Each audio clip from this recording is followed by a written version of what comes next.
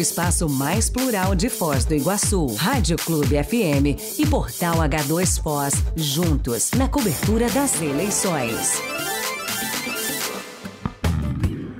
Muito bem, agora são 10 horas e 32 minutos, manhã de segunda-feira, dia 12 de setembro de 2022, e está no ar mais uma edição do nosso 2 em 1, essa maratona de conversa com os candidatos tanto a deputado estadual quanto federal por Foz do Iguaçu e nossa região. As sabatinas são realizadas aqui e também no Marco Zero, programas conjuntos produzidos pelos dois veículos de comunicação, Rádio Clube e Portal H2 Foz.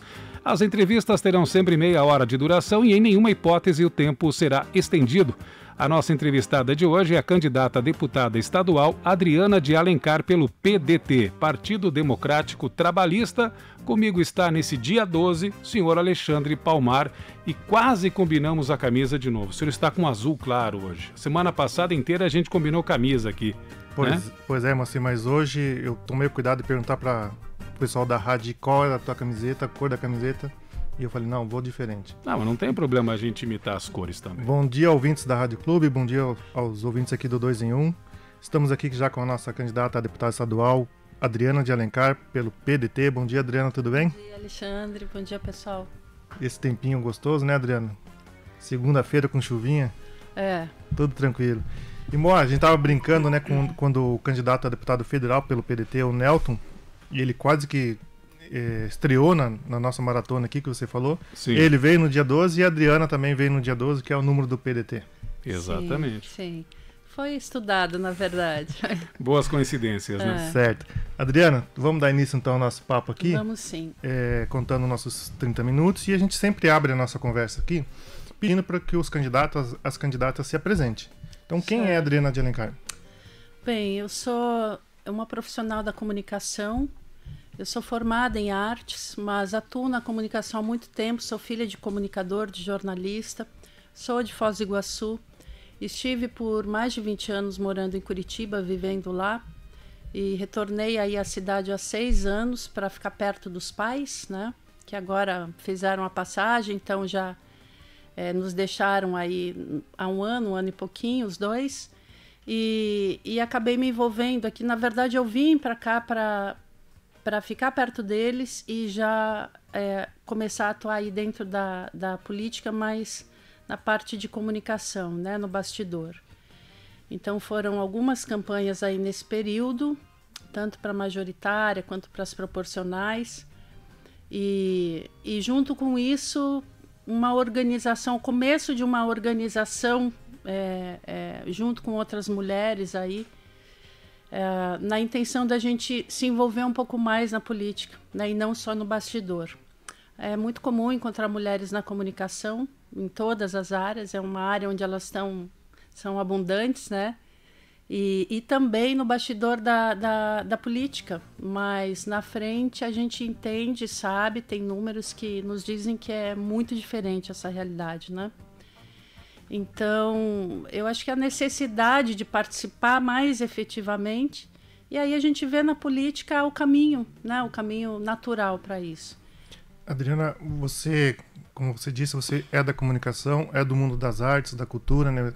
Você tem um grande trabalho antes de ter ido para Curitiba, você realizou um trabalho aqui muito forte em Curitiba também, e agora na sua volta também, um pouco também com publicidade e marketing e tal. O que te startou para entrar no mundo da política? O gatilho ali, digamos.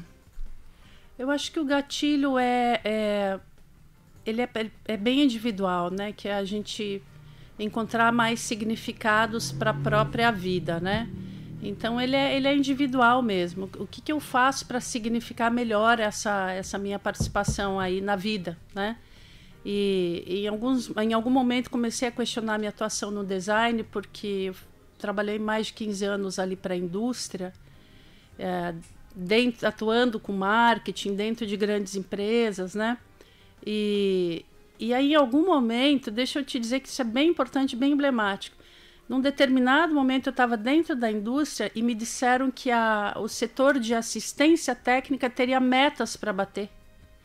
Ou seja, eu preciso vender peças de reposição, né?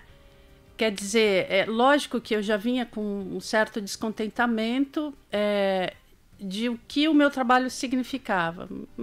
Uma situação econômica estável, mas faltando satisfação. Então, acho que essas coisas vão encaminhando a gente para uma atuação que seja um pouco mais política. E eu acho que o que vale ser dito somos todos seres e indivíduos políticos, né? A gente é político no nosso dia a dia, com as nossas escolhas. Então, eu venho tentando ser um indivíduo político mais coerente com o meu discurso já há algum tempo. É isso na minha forma de consumir, na maneira de destinar o meu lixo, né? Na maneira de tratar as diferenças, né? E aí eu achei que era o momento de colocar isso um pouco mais em prática. E o trabalhar para a campanha me deu um pouco desse entendimento de como funciona. E aí o envolvimento com outras mulheres que estão pensando, estudando, tentando praticar política também nos encorajou. Assim, eu digo nos encorajou porque essa decisão foi uma decisão coletiva, né, de um grupo de mulheres interessadas primeiro na questão alimentar, da segurança alimentar, mas como é que nós podemos transformar isso em ações políticas? Então é mais a política do fazer, da ação. E depois a política partidária passa a ser um caminho natural, eu acho. Não estava previsto, mas o convite veio e a gente coletivamente resolveu aceitar o desafio. Exatamente. Candidato, como uma pessoa ligada à área da comunicação, do marketing, a gente vai conhecendo um pouco da sociedade em todos os seus aspectos, né? Mas em termos de projeto, o que você pretende definir na Assembleia caso seja eleita? Tem alguma área especial que você quer atuar? Temos. A gente sabe que existem, primeiro a gente precisa fiscalizar, a gente também precisa propor projetos, né? Aí precisa de um pouco mais de maturidade para chegar nesse momento, mas a gente está estudando algumas coisas, eu vou tentar falar daqui a pouquinho sobre isso. Mas a primeira coisa é bandeira. A primeira coisa que a gente precisa entender é o porquê que nós estamos aqui, né? E eu diria que a primeira coisa é porque nós temos que estar aqui, porque a gente tem uma série de deficiências em políticas públicas para as mulheres. Estamos num momento onde as questões de gênero são de extrema importância, de extrema urgência, né? A gente vê mortes, a gente vê violência, a gente vê falta de igualdade na questão trabalhista, né? De remuneração e cargos. Então, são muitas questões que a gente precisa resolver. E aí, como é que nós vamos resolver ou colaborar com a resolução dessas questões se a gente tem 15% de mulheres no parlamento brasileiro, né? Nesse número tem 2% de mulheres negras, 2%. Como é que nós vamos fazer política pública para a mulher negra, que na escala é a mais vulnerável de todas, sem ter mulheres na política, principalmente no legislativo? Então, a primeira coisa é: estamos aqui porque precisamos estar, né? Porque a vida, o momento, a realidade nos convoca para estar aqui. Nós precisamos ocupar esses espaços. Precisamos ajudar a decidir políticas públicas para as mulheres. E aí a gente precisa falar de outras pautas que são urgentes, que eu acho que todos deveríamos falar, que é a questão da segurança alimentar. Cada um com a sua visão, com a sua perspectiva de mundo, precisa colocar isso como urgência.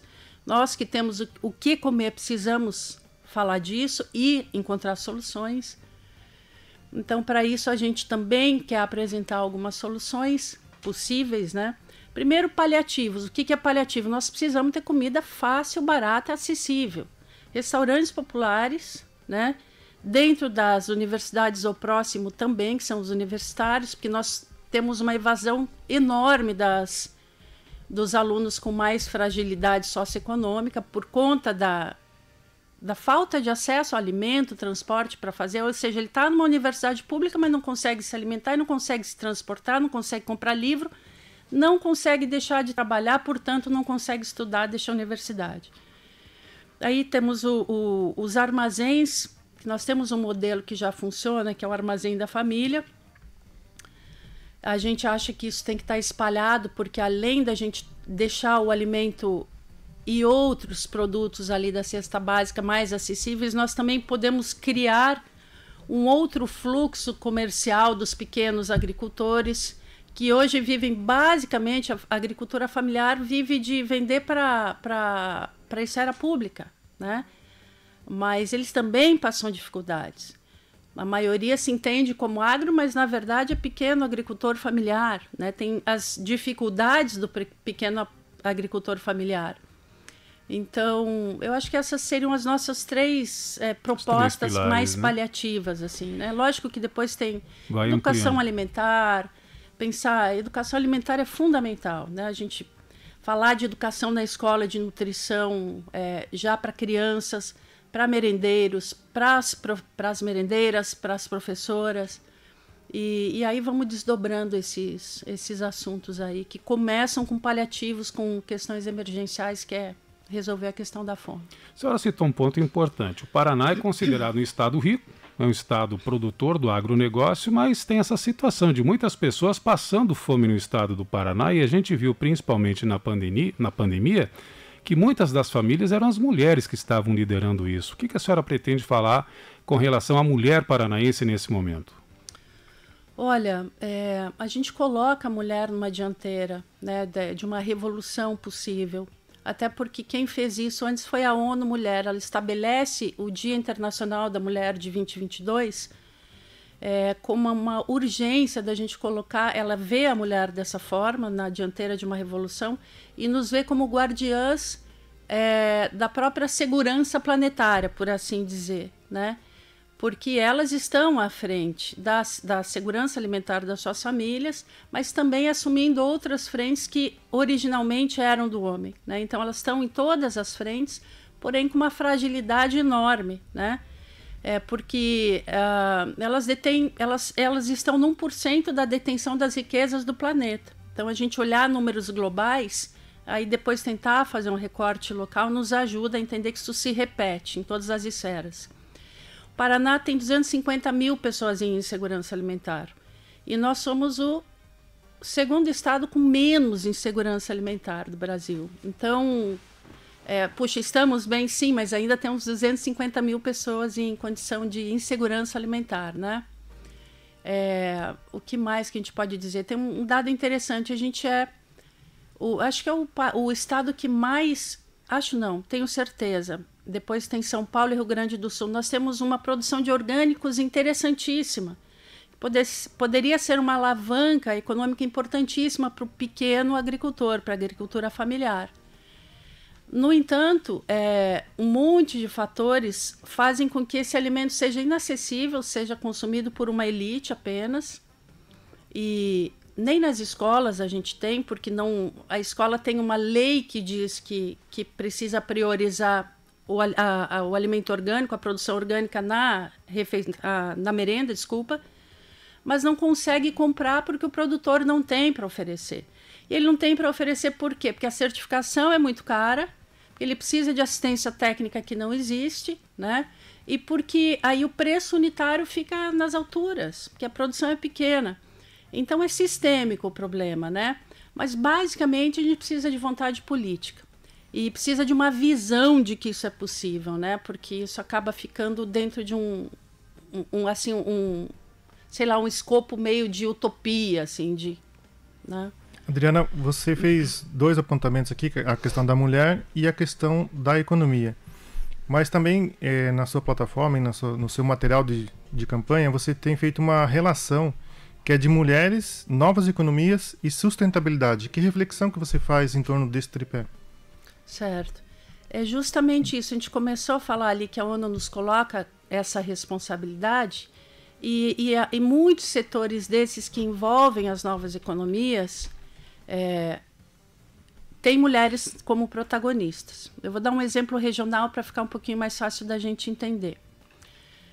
Em Foz do Iguaçu, e isso se aplica também à nossa microrregião, tanto dos Lindeiros do Lago quanto do Parque Nacional do Iguaçu, onde temos uma condição socioeconômica, geopolítica semelhante, a gente tem, por exemplo, um corredor turístico que é feito de resorts, de hotéis de luxo, de atrações internacionais, de franquias, que atende um determinado segmento, né? Ou seja, famílias, negócios, gente com alto poder aquisitivo. Se a gente se afastar 300, 400 metros dessa linha de prosperidade, a gente tem uma situação totalmente diferente, de pessoas que não têm emprego, que não têm renda e que não usufruem dessa riqueza que o turismo gera. Então, a nossa ideia é que a gente consiga construir uma alternativa, que não é mexer no que funciona, mas é agregar outros turismos possíveis, que são feitos, por exemplo, da agroecologia, né? Pequenas propriedades que fazem produtos alimentícios, compotas, artesanatos, né?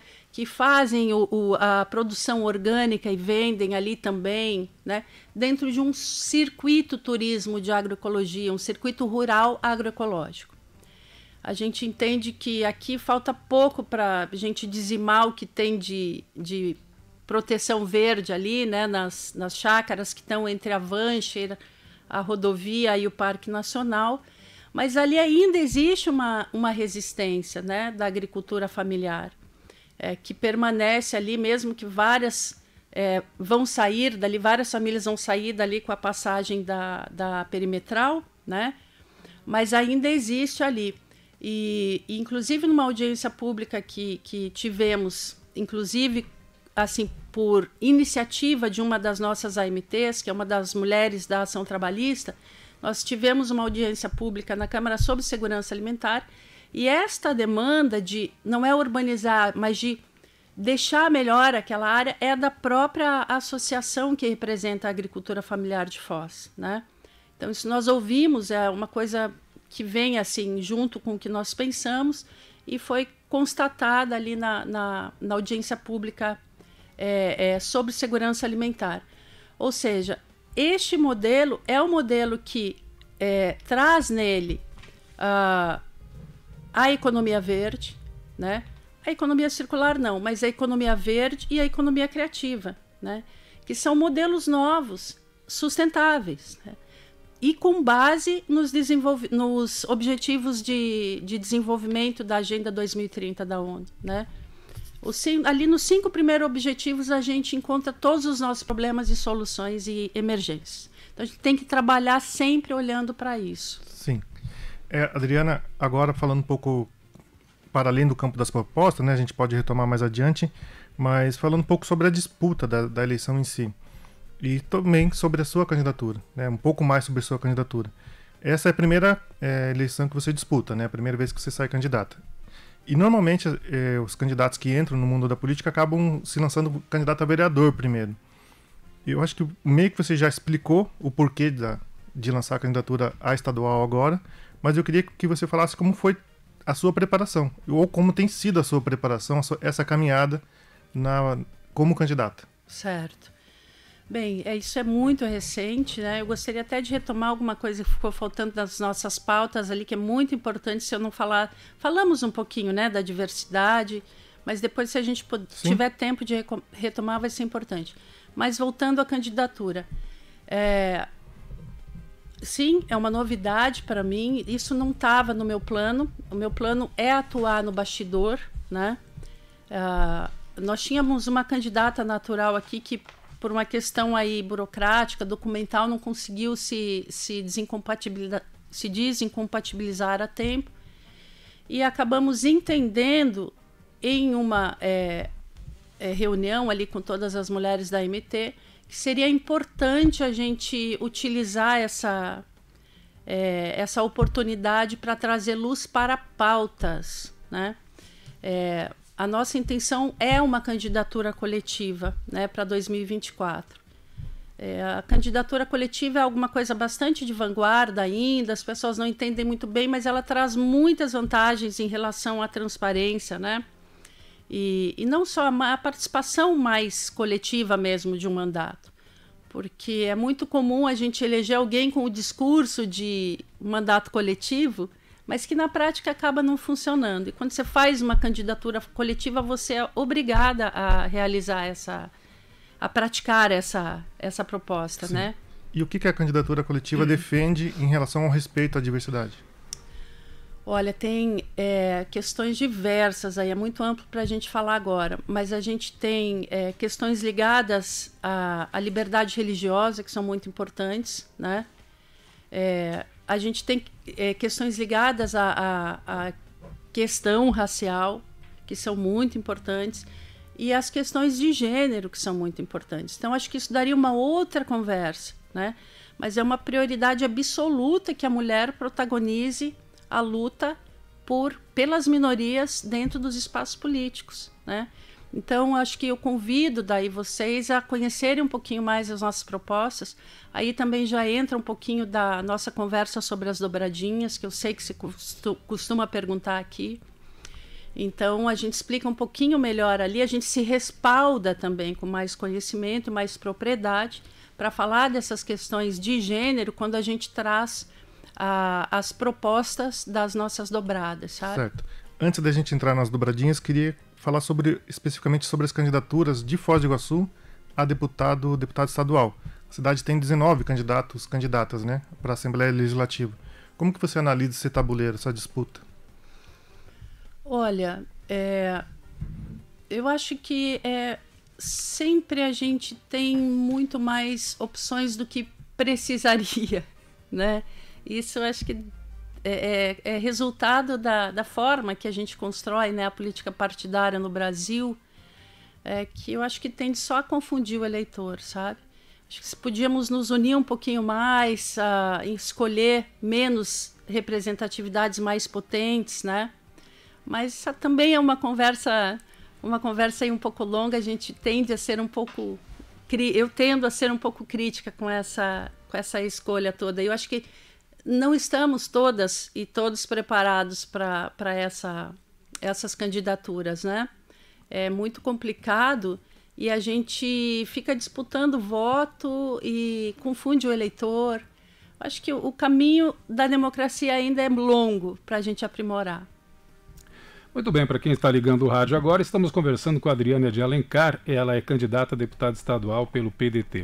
Vamos falar agora desse momento do país, candidata, que está muito em voga essa polarização de um lado e de outro, mas o PDT tem uma tradição de sempre lançar candidatos à presidência, tanto que Ciro Gomes está ativo, está na disputa.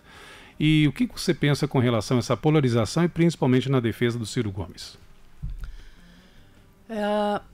Eu acho que também é um resultado da falta de articulação da esquerda, né? Poderíamos ter um campo progressista muito mais forte se a esquerda fosse mais bem articulada, o quanto a direita demonstra ser hoje, né? Com a ascensão do bolsonarismo. E não só ascensão, mas permanência, né? A gente vê que os índices dele não oscilam muito de aprovação, de apoio, né? Então, acho que isso é resultado, essa polarização é um pouco resultado de não termos uma organização melhor no campo progressista. Não vejo problema em polarização. Polarização é uma coisa que acontece em muitos países, né? O problema é a gente levar aos extremos como é feito aqui. E isso é baseado um pouco no uso da ignorância da população, né, em determinados assuntos. E eu acho que isso realmente é perverso, o que acontece. Mas por que a gente acredita no Ciro? Primeiro porque o PDT acolhe essa possibilidade de termos o Ciro, não só o Ciro, mas o Ciro, a Desirê, né, ao Senado, Gumide, e a nossa candidata a vice, que é uma mulher negra, LGBT. Então, eu vejo uma coerência muito grande com os próprios princípios do PDT, que desde a sua fundação, por exemplo, já criou, junto com a sua fundação, a Ação da Mulher Trabalhista, né? É um partido que, desde o seu princípio, da sua criação, já defende questões que hoje são urgentes para a gente, mas que parecem ainda de vanguarda ou muito atuais, mas que existem há 40 anos no programa do PDT, né? Questão da defesa dos povos indígenas, da mulher, dos povos negros, né? E do meio ambiente. Então, eu acho que a coerência do plano de governo do Plano Nacional de Desenvolvimento do Ciro, e aí o plano estadual que o Gomide apresenta, uma mulher no Senado, né, ao Senado, e aí o desdobramento isso para as políticas micro-regionais é o que nos faz defender e acreditar nessa candidatura do Ciro. Mesmo que o Ciro não consiga sair muito ali daquele percentual que ele tem, eu acho que é um nome que a gente precisa olhar. E no meu entendimento, acho que eles precisam se entender ali em cima, né, nas esquerdas, para que a gente consiga fazer uma frente mais eficiente diante dessa ameaça que significa o bolsonarismo, né? Muito bem, com relação ao Gomide aqui no Paraná, qual a sua defesa, o trabalho que ele vem fazendo como possível governador do estado, caso eleito? Olha, tem algumas coisas interessantes que para nós, fazem do Gomide o nosso candidato realmente. A primeira coisa é a questão de gênero na política, né? Ele é um dos únicos onde eu vejo uma proposta de paridade de gênero nos cargos comissionados nos 3 poderes. Isso está dentro do plano de um grupo que nós frequentamos, que é Mais Mulheres no Poder, que está pedindo a assinatura de todos os candidatos ao governo do estado para o comprometimento com essa carta de intenções que pede mais políticas públicas para as mulheres, uma secretaria especial no estado, está no plano de governo do Gomide, e para o atendimento à mulher, e essa paridade. Quando a gente resolver a questão da paridade nos cargos, a gente começa a realmente aplicar essa realidade, né? Transformar em realidade essa discussão. Adriana, o PDT lançou 34 candidatos e candidatas a deputado estadual. Quantos quantos deputados estaduais o partido pretende eleger no Paraná, desses 34? E quantos votos, né? Quais são as suas chances de eleição? Como é que você vê essa disputa? E já aproveitando, emendando 2 perguntas em uma, que você falasse também nessa caminhada, né, da disputa pelo voto, das suas dobradinhas com os candidatos a deputado federal.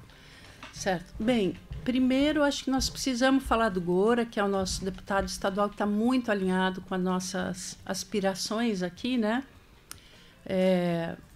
Não existe concorrência aí, a gente precisa do Gora reeleito. Inclusive, antes de estar candidata, era uma apoiadora assim, à disposição, né, do Gora aqui na nossa região, voluntária, né? Porque a gente entende a coerência do trabalho do Gora aí no decorrer do primeiro e que sai numa reeleição, né? E a gente entende também a força que ele alçou, assim, o status que ele alçou quando ele conseguiu ir para a 2ª colocação na disputa da Prefeitura de Curitiba. Então, precisamos do Gora reeleito, né? E aí, eu acredito que o PDT consegue, ou almeja, eleger 2 ou 3, né? Na melhor das hipóteses 3. O que já é muito importante, porque hoje a gente está sozinho, né? Temos pouca expressão lá dentro e precisamos. Se uma das candidaturas for feminina, que bom, né? A gente tem, já emendando, a gente tem, por exemplo, uma dobrada para falar da diversidade, que é com a Renata Borges, né? É uma mulher trans, né? Muito potente. E daí nós temos também uma dobrada com o Bruno Camargo, que é Foz do Iguaçu, mas é sudoeste também, ele é daqui, foi professor da UNILA, né? É uma liderança local que pretende atuar em Foz, né? Retornar a Foz daqui a pouco. E aí a gente está falando de diversidade religiosa, dos povos de axé, e também estamos falando do movimento negro, muito importante. E aqui, localmente, nós temos o Nelton, que é o nosso parceiro aí de assuntos para o meio ambiente, novas economias, né? Eu acho que fica aí, são essas 3 dobradas, elas fecham direitinho aí com as nossas pautas, não interferem, né? Porque tem propostas para diferentes anseios e necessidades. Muito bem, candidata. Agora, com relação à TSE, a senhora não declarou patrimônio para a Justiça. Por quê? Exato. Porque eu não tenho patrimônio, eu só tenho, se a minha bicicleta, meus equipamentos eletrônicos fossem patrimônio, eu teria indicado. E também temos alguma coisa ali que foi da mãe, mas que está enfim, está numa transição ainda, né? Aí jurídica, então isso não conta. É por isso. A gente sempre faz essa pergunta para os candidatos, né? Sim. E a senhora recebeu R$15 mil do fundo eleitoral. Tem uma previsão de gastos? Terá uma outra fonte de renda para a sua campanha? Na verdade, a gente tem uma previsão de 30 mil, né? Nós recebemos uma primeira metade agora e uma segunda metade. E aí, nós também temos algum apoio que vem em forma de material, né? Das nossas dobradas. Então, aí a gente consegue pelo menos colocar um material com as nossas ideias na rua. E aí já vamos falar. Quando a gente fala de mais equidade na questão da mulher na política, a gente cai nessa questão dos recursos, né? Porque a gente tem isso em lei desde 97, mas só em 2012 a gente começou o TSE começou a fiscalizar a participação, né? Que é pelo menos 30% de mulheres na política, mas neste vácuo, nesse lapso de tempo, a gente não tinha sequer fiscalização. Então, era uma chuva de candidaturas laranja, né? O que não muda muito hoje, né? Por quê? Porque quem decide a destinação das verbas é o partido, né? Que é uma pessoa jurídica, como é que chama? Privada? Eu não lembro exatamente a terminologia, mas é de origem privada, é isso? Sim. Ou de natureza. Ou seja, tem autonomia para fazer a decisão política conforme os seus interesses eleitorais. Quem é que tem mais condição de ser eleito? Quem é que tem mandato? Essas pessoas são mais bem assistidas, mais bem apoiadas financeiramente. Então, a gente não tem a perspectiva de eleição, mas a gente tem a perspectiva de fazer uma pavimentação para 24 e de trazer luz para as pautas. É isso. Certo, Adriana. Chegamos à nossa reta final aqui e gostaria de abrir para ti para as considerações finais. Tem 1 minuto. Certo. As considerações finais são: vamos olhar para as candidaturas femininas, para as mulheres, né? É muito importante. E vamos fortalecer não só um discurso, mas uma participação maior da mulher da política. Então, mulheres, vamos olhar onde é que tem mulheres se organizando politicamente. Independente do seu viés ideológico ou de onde que campo você está, seja mais conservador ou mais progressista, vamos olhar para onde as mulheres estão se organizando e vamos participar mais da política. É só dessa maneira que a gente vai conseguir mudar essas realidades todas que a gente conseguiu expor um pouquinho aqui e que afetam tão diretamente as mulheres. Então, eu estou aqui para ser uma voz, né? E estou aqui também para ser uma perspectiva para 24 com outras mulheres que estão na mesma luta. Certo. Conversamos com Adriana de Alencar, candidata a deputada estadual pelo PDT. Adriana, mais uma vez, obrigado aqui pela conversa, pelas informações, né, pela entrevista. E desejamos aqui à Rádio Clube e Água dos Foz sucesso para ti nessa caminhada, nessa estreia do mundo da disputa eleitoral. E, Moacir, mais uma vez cumprindo a nossa maratona aqui, a nossa jornada, odisseia, né, de entrevistas. Agradecemos a Adriana e amanhã temos uma nova entrevista, certo, Moacir? Exatamente. Adriana, muito sucesso na caminhada. Muito obrigada. Né? Não esmoreça, porque a caminhada é longa, a estrada é sinuosa, mas a gente precisa das novas lideranças. 11h06. E sim, meu caro Alexandre Palmar e ouvintes desta humilde emissora, amanhã o nosso candidato é Jorge Samek, vice-candidato a governador pelo estado do Paraná, pelo PT. Então amanhã, dia 13, Samek é aqui. Pois é, esse pessoal tá brincando com a numerologia, hein, Moacir? O pessoal tá antenado ali nos bastidores. Mas enfim, amanhã a gente volta com mais conversa política. Segue a programação da sua Rádio Clube. O 2 em 1 volta amanhã, dia 13.